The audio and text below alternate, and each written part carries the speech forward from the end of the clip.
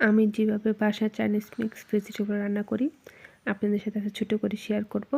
প্রথমে 3 ধরনের সবজি নিয়েছি, পেঁপে, গাজর আর ক্যাপসিকাম। তারপর মুরগি যে সলিড গোস্তটা সেটা, আদা পেস্ট, কর্নফ্লাওয়ার, গোলমরিচ দিয়ে লবণ দিয়ে মেখে রেখেছি আধা ঘন্টা। তারপর একের পর এক সবজি কিউব করে পেঁপে আর গাজরটা সিদ্ধ করলাম। আর পেঁপে তো অবশ্যই লাগবে এই চাইনিজ মিক্স ভেজিটেবলে। তারপর অন্য সব সবজি আপনার পছন্দ অনুযায়ী দিতে পারেন, কিন্তু পেঁপে লাগবে। আর সব সবজি থেকে পেঁপেটা একটু বেশি দেওয়ার চেষ্টা করবেন। তো তারপর রসুন কুচি আর কাঁচামরিচ দিয়ে একটু হালকা ব্রাউন কালার, তেমন একটা ব্রাউন কালার আসতে দিবেন না, হালকা হালকা। তারপরে মুরগিটা যে মেখে রেখেছেন সেটা দিয়ে দিবেন। একের পর এক সবজি দিবেন। আর সবজি সিদ্ধ করে যে পানিটা সেটা ফেলবেন না, সেটা রেখে দিবেন।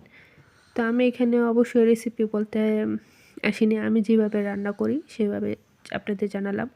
মাঝখান দ্বারা অনেকগুলা ভিডিও করা মানে হতো, ব্যস্ততার কারণে করতে পারিনি।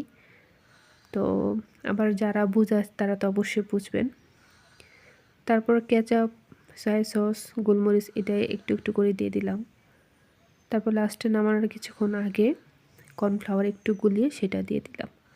তো আমার আজকে সবজির কালারটা বা সবজির যে মিক্সটা সেটা কেমন হয়েছে ছোট্ট করে জানিয়ে দিবেন।